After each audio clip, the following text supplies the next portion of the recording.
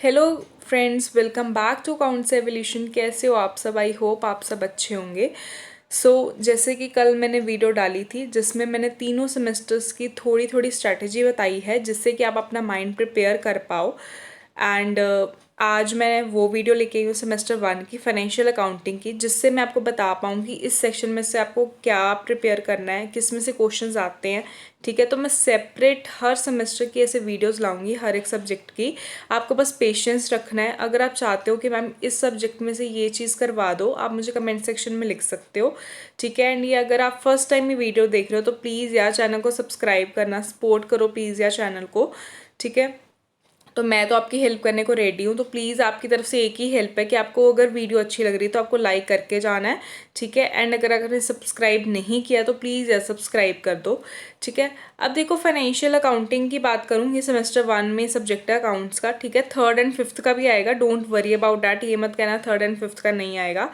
बस रोज़ अब वीडियोज़ ही आनी है, बस पेशेंस रखना है, सब कुछ मिलेगा इस चैनल पे। ओनली जुड़े रहना है इस चैनल से।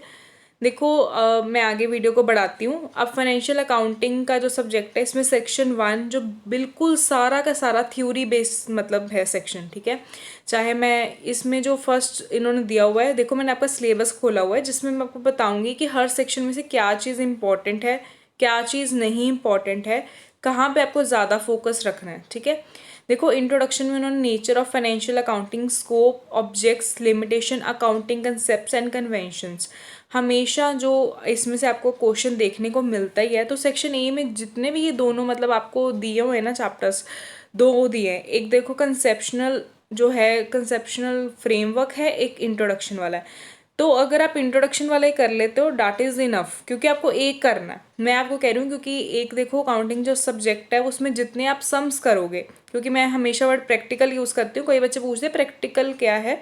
ठीक है, तो प्रैक्टिकल इज़ न्यूमेरिकल। अगर आपका प्रैक्टिकल सही हो गया, सम्स सही हो गए तो 10 में से 10 मिलेंगे। अगर आप थ्योरी करते रहोगे तो उसमें आपको फुल मार्क्स नहीं मिलेंगे। तो इसमें से कोई भी आपको एक चैप्टर अच्छी तरह प्रिपेयर करना है। जैसे मैं आपको कह रही हूँ इंट्रोडक्शन में से आप कर लो, जिसके ज़्यादा मतलब चांसेस है कि ऑब्जेक्ट, लिमिटेशन, स्कोप आता है। ठीक है, बट ये नहीं है कि कन्वेंशंस नहीं पूछ सकते। अगर आप एक चैप्टर कोई भी अच्छी तरह कर लो, चाहे नेक्स्ट वाला कर लो, इसमें से जो इम्पोर्टेंट है वो है कैपिटल एंड रेवेन्यू रिसिप्ट्स, या एक्सपेंडिचर में भी डिफरेंस आ जाता है। तो कोई भी इन दोनों में से एक चैप्टर अच्छी तरह कर लेना। थ्योरी में इतना मत देखो, दो सेक्शन ए में से दो मत करना, क्योंकि आपको एक सेक्शन में से दो करने हैं, उसमें से करो प्रैक्टिकल ज़्यादा करो। ठीक है, क्योंकि ज़्यादा चांसेस है कि प्रैक्टिकल सही हुआ तो अच्छे मार्क्स आएंगे। थ्योरी करके जाओगे अच्छे मार्क्स नहीं आएंगे। अगर 40s में चाहते हो मार्क्स तो आपको सम्स में ही ज़्यादा ध्यान देना पड़ेगा। अभी आपके पास टाइम है, वीडियोज़ मैं बना रही हूँ। ठीक है, आप पढ़ना स्टार्ट कर दो, अभी भी आप अच्छे मार्क्स स्कोर कर सकते हो।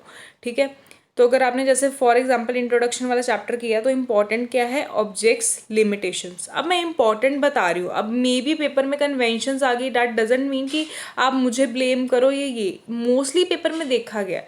मैं आपको कह रही हूँ आप कोई भी एक चैप्टर कर लो, पकड़ लो, उसको अच्छी तरह करो। ठीक है, अगर ये फर्स्ट इंट्रोडक्शन कर रहे हो तो पूरा उसमें से जो जो लिखा हुआ वो सारा करो। कन्वेंशंस भी कर लो कि कुछ भी आ गया मैंने एक तो करना ही है ना।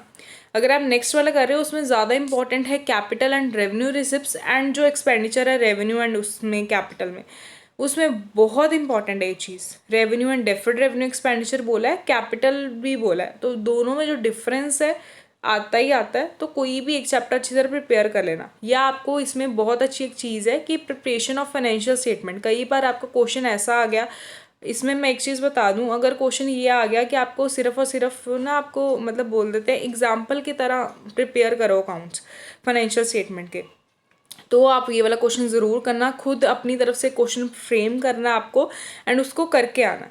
ठीक है, मैं पिछले प्रीवियस ईयर पेपर्स पे आपको सॉल्व करवाऊंगी, डोंट वरी अबाउट डैट कि मैं वो नहीं करवाऊंगी। मेरे पास लेटेस्ट 2023 के भी पेपर्स हैं जो मतलब कहीं पे भी नहीं अवेलेबल है। ठीक है, तो आपको बस वेट करनी है, वो भी उसके भी सोल्यूशन आएंगे, क्योंकि प्रीवियस ईयर पेपर्स करना एक बहुत इंपॉर्टेंट है काम की, जो हमें हर पेपर के पहले करना ही करना। तो उसकी आपको टेंशन नहीं लेनी, प्रीवियस ईयर में हर एक सब्जेक्ट के करवाऊंगी। अब देखो सेक्शन बी में मैं आपको बोलूँ, बोनस जो है वो है वॉयज, क्योंकि एक ही चैप्टर है वो ही करना है। उसमें से ये आपको क्या है, जो आपको थ्योरी आएगी ना, वो कौन सा क्वेश्चन आएगा, accounting treatment in case of complete voyage and incomplete voyage. इसका ही आपको थ्योरी आती है वॉयज में, कि आपको अकाउंटिंग ट्रीटमेंट बतानी है कंप्लीट एंड अनकम्प्लीट की, ठीक है। और उसमें से आपको क्वेश्चन भी आ जाता है, ठीक है। तो अच्छी तरह वॉइस चैप्टर को करना है, थ्योरी प्लस प्रैक्टिकल, ठीक है। तो मतलब थ्योरी भी इसमें से आनी है और प्रैक्टिकल भी। तो मैं तो कहती हूँ कि सेक्शन बी को अच्छी तरह कर लो, क्योंकि अगर अकाउंटिंग ट्रीटमेंट पूछिए तो आप एग्जाम्पल के साथ उसको बताओगे, तो उसमें आपके अच्छे मार्क्स आने। क्योंकि कोई क्वेश्चन ऐसे हैं कि जिसमें अकेली हमें थ्योरी लिखनी है, जैसे फॉर एग्जाम्पल सेक्शन ए, हम उसमें एग्जाम्पल नहीं डाल सकते कि खुद अपनी तरफ से कोई क्वेश्चन नहीं डालना। अगर हमें पूछा है कि what are the objects and limitation of financial accounting, you have to only write the points, ठीक है। आपको वो चीज़ें थोड़ी आप अपनी तरफ से एग्जाम्पल डाल सकते हो। तो मैं इसलिए कह रही हूँ सेक्शन ए में से एक क्वेश्चन हो गया आपका, ठीक है। इसमें आपको ये भी पता चलेगा किस सेक्शन में से दो करने हैं। मैं तो कह रही हूँ सेक्शन बी में से अगर अकाउंटिंग ट्रीटमेंट वाला क्वेश्चन आया, आप दो क्वेश्चन सेक्शन बी में से करो, ठीक है। कि आप एक तो मतलब अपनी तरफ से उसमें से बनाओ एग्जाम्पल्स, उसमें दिखाओ कि कंप्लीट वॉइस में क्या ट्रीटमेंट है, अनकम्प्लीट में क्या ट्रीटमेंट है। और कभी ये भी क्वेश्चन गुडविल के भी ट्रीटमेंट के ऊपर आ सकता है, तो वो भी आप मतलब देख सकते हो। कुछ भी एक एडजस्टमेंट देके भी उसमें पूछ सकते हैं। तो अच्छी तरह वॉइस चैप्टर को मतलब करना, ठीक है। सेक्शन सी की बात करें तो वो है joint venture and consignment accounts. देखो इन दोनों में से ना कोई एक चैप्टर में से प्रैक्टिकल आता है एंड एक में से क्या है कि आपको थ्योरी आती है। अब ये पता नहीं कि किस में से थ्योरी आएगी, किस में से प्रैक्टिकल आएगा, या ये भी हो सकता है कि किसी एक चैप्टर में से थ्योरी प्रैक्टिकल दोनों आए, कुछ भी हो सकता है। तो सेक्शन सी एंड डी ऐसे ही हैं कि दोनों चैप्टर्स दिए हैं, बट हमें नहीं पता कि किस में से प्रैक्टिकल आएगा, किस में से थ्योरी आएगी। देखो अभी मैं वो भी लाऊंगी कि फाइनेंशियल अकाउंटिंग में क्या क्या क्वेश्चंस इंपॉर्टेंट हैं, ठीक है, थ्योरी प्लस प्रैक्टिकल, वो वीडियो आएगी। अभी इससे अपना माइंड जो है वो क्लियर करो कि क्या क्या चीज़ें हमें करनी है, कैसे करना है, ठीक है। देखो जॉइंट वेंचर में जो आपको थ्योरी का क्वेश्चन बन सकता है, क्योंकि प्रैक्टिकल की तो आपको प्रैक्टिस करनी पड़ेगी।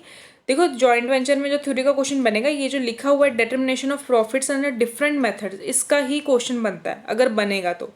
एंड कंसाइनमेंट अकाउंट में क्या है कि आपको फीचर्स पूछ लेते हैं कंसाइनमेंट के, या उसमें क्या है कि डिफरेंस पूछ लेते हैं जॉइंट वेंचर एंड कंसाइनमेंट का। ये भी बहुत इंपॉर्टेंट एक क्वेश्चन है।